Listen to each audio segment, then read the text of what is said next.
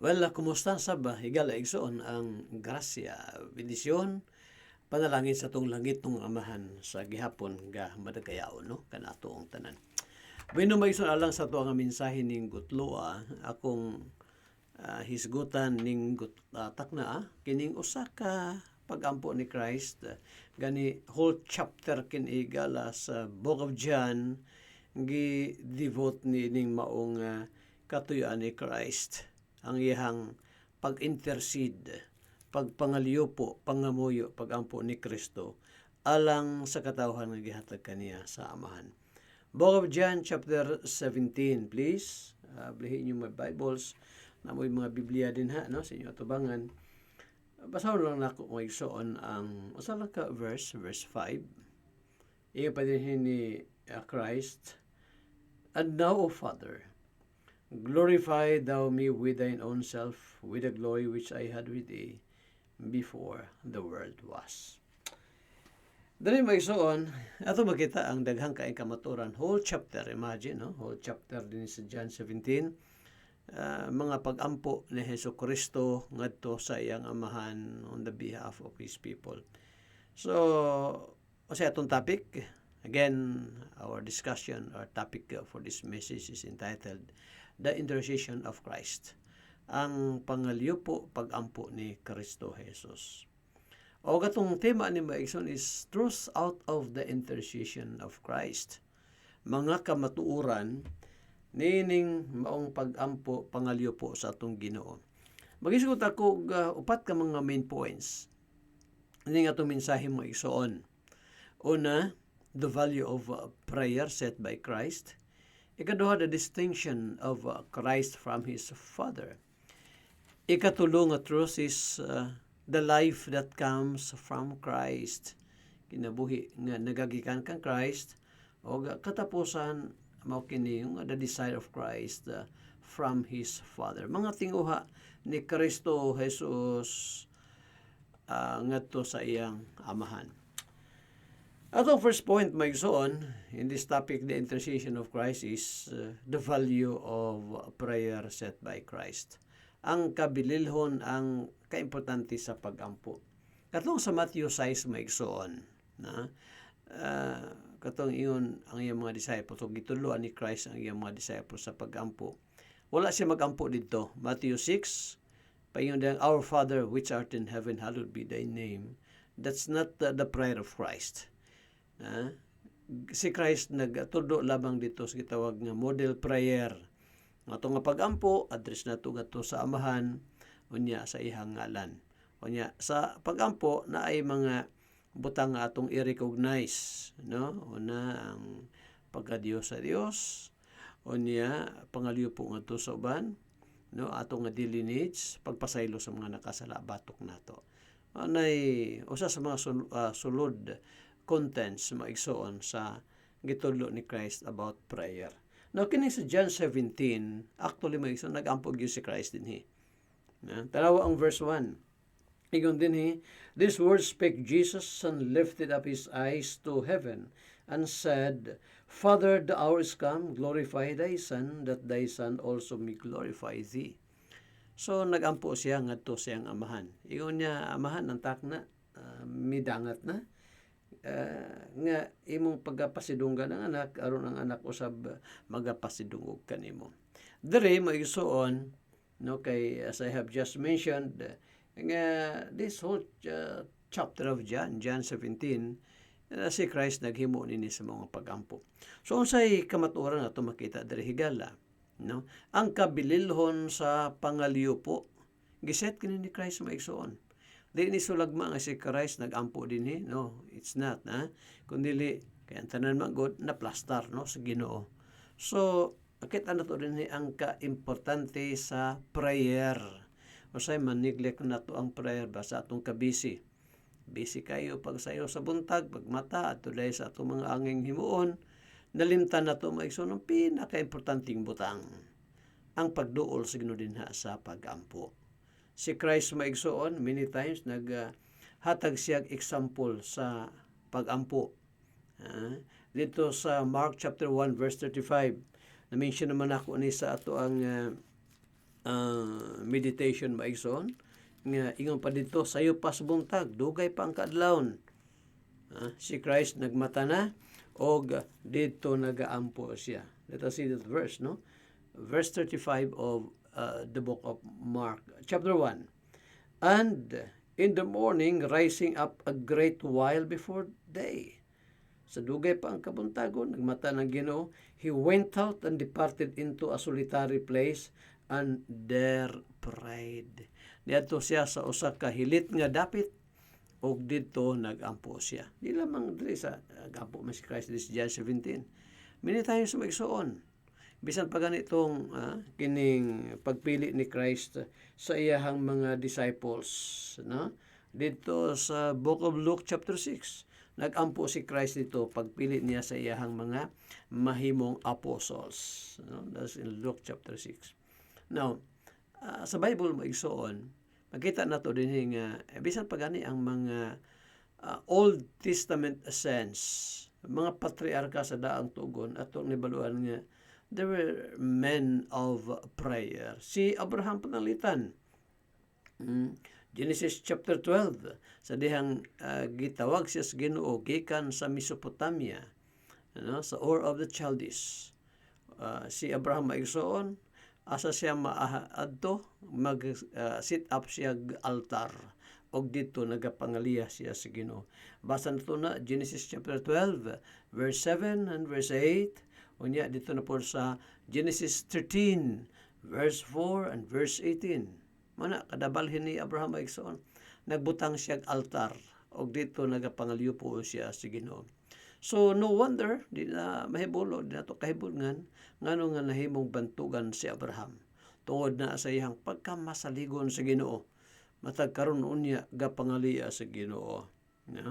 Ang early Christians like the apostles, iyon pa sa mga apostoles ngadto sa Iglesia sa Jerusalem diha sa buhat size. Dili pwede nga kami na maga serve diha sa atong makaigsunan nga naas panginahanglan, diha sa mga material nga butang. So nagtudlo sila mga diakono, nagpili ang iglesia diakono kay matud pa sa mga apostoles, ipadayon namo ang ministry of the word and in prayer. That's in the book of Acts chapter 6 and then verse 4. Iglesia sa Jerusalem, maigsuon mismo. Basta na to na sa Acts chapter 12 nga sa diha nga ang na gidakop si James, gipapatay gani si James ni King Herod. Si Pedro na sab isunod og pagpatay ni Haring Herodes. Pero siya gibuhat sa church sa Jerusalem, nangaliw po sila sa Ginoo sa tibuok gabi. In the book of Acts, ako lang basang kadali magsun kaya ako lang gihatag among verse, pero let us see what the Bible tells us about this truth, no? 12 unya versikulo 5 of Acts. Peter therefore was kept in prison, but prayer was made without ceasing of the church unto God for him. Hidakop lagi si Pedro, pero nagampo ang iglesia para sa kang Pedro, kay gipatay naman si James din ni panahon na. So kita nato rin maigsoon, no? Giset ni Christ ang usa ka good example, ang kanunayng pangaliyo po ngadto sa Ginoo, ngadto sa iyang amahan. Si Apostle Paul maigsoon ngadto sa Thessalonica, very common verse ni siya. Sa tingon niya sa chapter 5 verse 17 of 1 Thessalonians, Paul said, pray without unsa dato? Ceasing. Pagampo kamo sa walay paghunong. James chapter 5 verse 16, matud pa ni James, the prayer of a righteous man, unsa daw? Availeth much. Ang pangaliyo po sa taong matarong dako kahimuan, inig pangaliyo po, inig ampo niya. Muna higala igsuon, importante kaayo, no? Nga sugdan nato kanunay atong adlaw diha sa mga pagampo. Di ta mulakaw sa ato ang trabaho, kamo ga negosyo, ga trabaho, estudyante, mga inahan sa panimalay, sugdi ang buluhaton sa adlaw kauban sa Ginoo. Mag-set gyud tag oras sa pagampo. Now, unang punto nato na, no? the value of prayer set by Christ. Anita sa ikaduha na itong punto maigsoon. There is John 17, let's go back to that chapter, no? 1, Kapitulo 17, John 17. Nakita na to din ang ikaduhang kamatuoran. Actually, pati naghanang truth na rin maigsoon. No? Pero ako lang i-lay down din ang ikaduhang kamatuoran. The distinction of Christ from His Father. Ang kalainan ba ni Christ ay ang amahan? Sa inyo din sa verse 1, atong gibasa. Ingon din Christ said, as He lifted up His eyes to heaven and said, Father, the hour is come, glorify Thy Son, that Thy Son also may glorify Thee. Miyahat si Christ sa iyahang mga mata ngadto sa langit og miingon siya, Amahan. Sampit niya ang amahan. Unsa nga trust ato makitaan din mga igsoon, si Kristo dili mao ang amahan. Dili si Christ ang amahan. Kay kung siya pang amahan, hangad-hangad siya nga siya ra man gihapon dayang amahan. Pero ang Bible kasulti din nga si Christ, mitawag siya siyang amahan. Namugay mga tao maigsoon nga gina-ignore nila ang teaching sa Biblia nga usa ang Dios nga nagpadayag sa tulo ka persona. Di sila musugot anang gitawag nga three persons of the Godhead, no? Nga naa dinhi ang Father, naa dinhi ang Anak, naa dinhi ang Holy Spirit. Kaya ang ilaha, ang amahan, mao pod na si Kristo. Si Kristo mao pod ang amahan, ang Holy Spirit mao pod ang amahan, mao pod si Kristo. Maison dili na mao. Sa Bible makita nato nga yes, usara ang Dios, James 2 verse 19. You believe that there is one God and thou doest well. Sakto ka diya bisan pa gani ang mga yawa nagapanuuman, nagakurog. Sakto ka nga usara ang Dios, tama. Usara magyud ang Dios sa Bible maigsoon. Pero kanang one God that is in the Bible has revealed Himself into three distinct persons. Nagapalayag siya diha sa tulo ka mga persona. Usay mga kamatuoran to di pastor. Sa di pa nako isgutan na maigsoon. Doon ay mga bersikulong gamiton sa mga di mo tuo sa doctrine of Trinity. Usa ang Dios nga nagpadayag sa tulo ka persona. Na mga teksto or verses nga ilang ginagamit sa ilang allegations excuse me nga ngamahan maoro pod si Kristo maoro pod ang Holy Spirit. Yan ang John 10:30. Paingon ni Christ, no, I and my Father are one. Ako ang amahan usara. Ang ipasabot lang usa nga si Kristo maoro pod ang amahan. Maison di na mao. Sigutan ako nasunahan karon ngan nakaingon ko nga lahi si Kristo kaysa amahan. Nakatupong sa John 14. Pag-ingon ni Christ sa nungutana siya dinhi si usas iya mga disciples, no? Si John 14 and then verse 6. Iyo dinhi, Lord, how can we know the way? Iyon pa din ni Christ said, I am the way, the truth, and the life.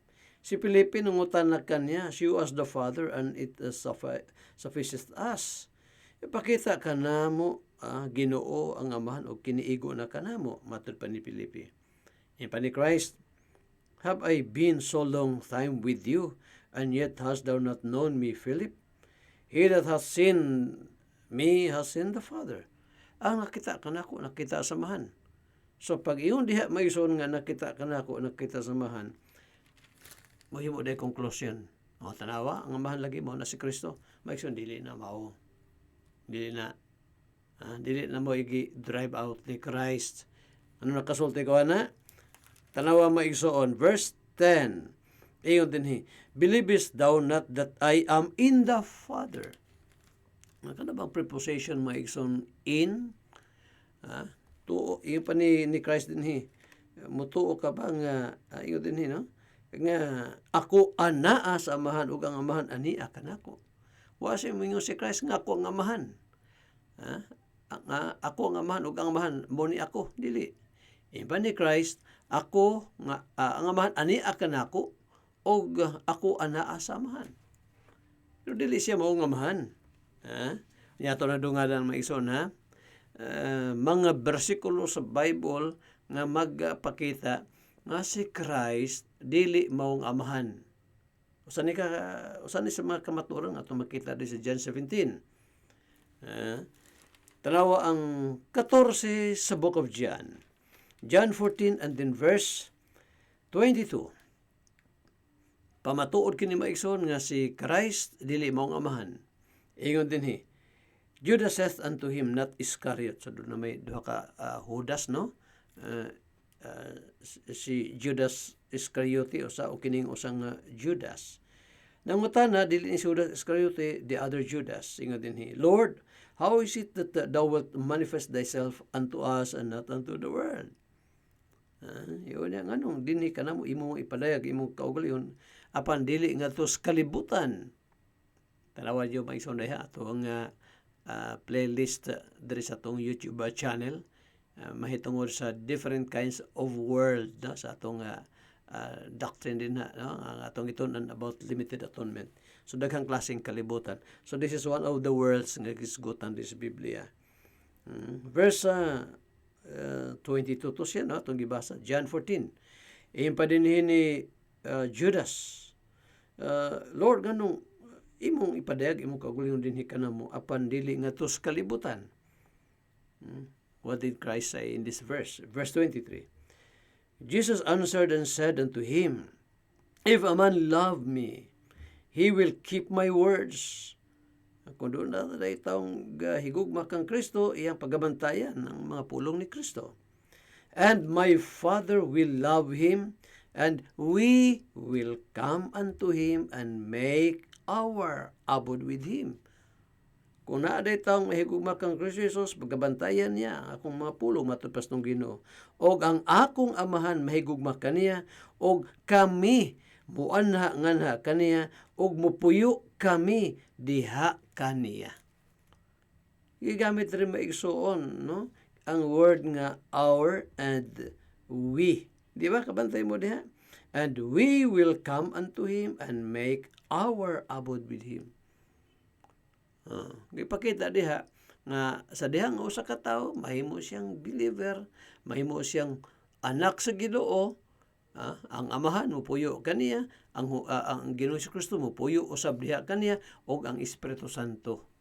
Mo na nga si Kristo dili maong amahan, ang amahan dili po si Christ. No? Now, usa na sa mga kamatuoran maigsoon. There is John chapter 8. Another truth maigsoon nga atong makita dinhi. Nga si Christ, tanawa ha, Juan 8. Kamong nagtuo nga si Christ, maura po ang amahan.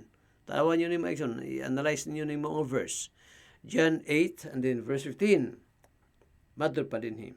You judge after the flesh, I judge no man. And yet, if I judge, Christ said, my judgment is true. Gali kung ako maghukom, ang akong paghukom matuod. For I am not alone. Wala ako maginusara. Ang doktrina nga si Kristo o ang amahan maura, naginusara na. Pero yung pa ni Hesus Kristo, ang akong paghukom matarong tungod kay wala ako mag-inusara. I am not alone, but I and the Father that sent me. Verse 17, chapter 8. It is also written in your law that the testimony of two men is true. Ang pagpamatuod, kasulat kini sa inyo ang kasuguan, nga ang pagpamatuod sa duruha ka tawo matuod. Verse 18, Christ said, I am one that bear witness of myself, and the Father that sent me beareth witness of me. Doon ang ipakita ni Christ na maigsoon, siya o ang amahan. Mana ka ng prayer, mo iyon ka nga, rather ka ng iyon ta nga, si Kristo, moro po ng amahan, ang amahan moro po si Kristo, moro po ng Holy Spirit, mali na higala. Very clear na sa Bible. No? Now, by law of implication, although, kana bang kita nimo word for word, di mo basa, but by the law of implication, gi-imply, gipasabot ba? Pasabtan nimo maigsuon ang kamatuoran. Just for example, sa akong na-mention, ini gitawag nga three persons of the Godhead. Kay klaro na pagtudlo sa Bible, just like for example in creation. Pagbuhat bas kalibutan. Pagbuhat mismo sa Dios sa tao. Di ba? Ang last day nga gibuhat sa Dios, mao man ang tao. Sa ika-unom kaadlaw gibuhat sa Dios ang tao. Genesis chapter 1 verse 26. Matud pa sa Dios, let us, gigamit niya na maigsoon, no? Kanang plural pronoun nga us. Let us create man in our image after our likeness. Very clear na. Buhaton nato ang tao sumala sa atong dagway. Ang uban mingon nga, angel may gikauban diya sa Ginoo pastor yang giingnan. No, dili pwede angel higala or else mahimong creator ang angels. Verse 27, so God created man. Ang nagbuhat sa tao, nagbuhat nato maigsoon, way labot mga angels. Ang Dios lang. We are created after the image of God. Mo na nga in creation, kita ni mo niya ang Godhead, Father, Son, and Holy Spirit. Sa pag-confound sa language sa tao, mo nung patindagahan kadiyang mga lingwahe na tumaigsoon. Dito na mahitabo sa Genesis chapter 11 sa pagtukod bitaw sa Tower of Babel. Gusto sa mga tao atong panahon na o sa sila lingwahe gusto nilang abton ang langit pinaagi sa ilahang paningkamot. Matud pa sa Dios, mga naog kita. Dili angels yang ginanan ang Godhead maigsoon, Father, Son, and Holy Spirit.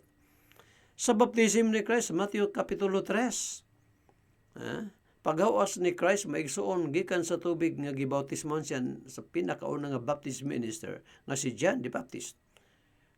Di ba dunay ang Holy Spirit maigsoon mitugdon dito sa baga ni Christ sa dagway sa salampati. Unya ang tingog na bukas ang kalangitan. Unya bati nila ni John the Baptist ang tingog gikan sa amahan nga nag-ingon, this is my beloved son in whom I am well pleased. Mao kini akong anak nga may kalipay ako. Dito makita nimo sa baptism ni Christ maigsoon ang Godhead. Na dito ang anak nga gibautismohan. Na dito ang Holy Spirit nga mikunsad in the form of a dove. And then ang tingog samahan nga dito sa langit. Yung pasaban, pastor, musulti ka ni si Christ, walang amahan. Musulti ang amahan, wala po si Christ, kay siya raman na mali maigsoon. Mali yun na. Kablo ka nga, no? Nayok nga ipahatag maigsoon ninyo, naihatag na ko nga verse. Magpakita yun ni, nga nag-istoryahan na yung amahan o anak. Kuminsyon na ba yun ako na sa itong programa? Nag-istoryahan na silang duha, pastor, yes. Talawan yung maigsoon sa book of, kung masayo pa, Juan kapitulo 12. John chapter 12. Juan kapitulo 12. John 12. Ay mo kalimot ani maigsoon. Ako ning iduga nga verse. Kaya sa Matthew 3, nga akong gimension rin, tigog na to samahan. Matud pa samahan, after the baptism of Christ, this is my beloved Son in whom I am well pleased. Nahimaya, nahimot ako diha kaniya. Tigog na to samahan, si Christ naghilom diha sa human siyang bautismo. Dili po sa John 17, si Christ mo nagampo nga to samahan. Gusto tag bersikulo maigsoon nga nagstoryahan na yung amahan o kanak. Kamo karong gatudlo nga ang amahan, mara po si Kristo mara po ang amahan. Nasaon yun ni karon. Asa na basa na pastor? Niya na. John chapter 12. Ay mo kalimot ani maigsoon, markay sa inyong Biblia na. Juan 12, unya, din sa verse, verse 27. At 26, if a man serve me, let him follow me. And where I am, there shall also my servant be. If any man serve me, him will my Father honor. Siya daw nga magapangalagad kang Christ, pasidunggan sa amahan. Now is my soul, verse 27, John 12:27, karon nagakasubo ang akong kalag, matud pa ni Christ. And what shall I say? Father, save me from this hour, but for this cause came I unto this hour. Father, glorify thy name. Dito sa John 17 maison, way tubag no. Sa diyang nag-ampo si Kristo nga to sa iyang amahan. Pero tanawa diri maison sa verse 28, John 12. Payon ni Christ, Father, glorify thy name. Then came there a voice from heaven, saying, I have both glorified it and will glorify it again. Nakistoryahanay si Kristo ang amahan. Payon ni Christ, amahan pasidunggi ang imong anak. Iyo din Father, pasidunggi imong ngalan. Verse 28, I mean. Father, glorify thy name. Pasidunggi ang imong ngalan. Tubag sa taas, gikan sa langit. I have both glorified it and will glorify it again. Naistoryahan na yun na. Ang one lagi maigsoon, yun sila nga. Si Christ naman ito yung napakita dito sa Matthew 3. Ang amahan naman to. Tingog. Si Kristo ang tingog. Dito sa John 17, si Kristo naman hitingog. Huwag man po tingog sa amahan. Okay ni, nag-istoryahan na hinag yun ni. Usawa mo na to na ron. May ka nga, katong tingog sa langit, si Kristo lang yapon to. Katong ni ingon nga, Father, glorify thy name. Ang amahan din eh. Very clear, si Kristo ang namulungan ng maisoon. The people, verse 29, John 12:29. The people therefore that stood by and heard it said that it thundered. Others said, an angel spake to him. May nangadungo gani. Impasaban, talog-tog ba ito? Yung pasa, uban, di, madulunda to, nisulti. Pero na sila dunggan tiyo. Nagsoon kita na mo dari kamatuoran nga si Christ. Dili ang amahan dili pod mao si Kristo Jesus. Usa lang ang Dios nga nagpadayag sa tulo ka persona. Daghang pa mga bersikulo maigsoon. The Great Commission. In the Great Commission, payon ni Christ, go ye therefore and teach all nations, baptizing them in the name of the Father and of the Son and of the Holy Ghost. Matthew 28, 19 o 20. Then, in the benediction of Apostle Paul, sa 2 Corinthians 13, atong basahon na maigsoon. Ikaduhang Korinto, versikulo 13, o niya, versikulo 14. Ikaduhang Korinto, kapitulo 13, versikulo 14. Matod pa din. The grace of the Lord Jesus Christ, and the love of God, and the communion of the Holy Ghost be with you all. Amen. O niya, may soon, katong testimony dito sa langit. Mato pa ni Apostle John sa 1 John 5:7. For there are three that bear record in heaven, the Father, the Word, and the Holy Ghost. And these three are one. May soon akong ipadayon ni.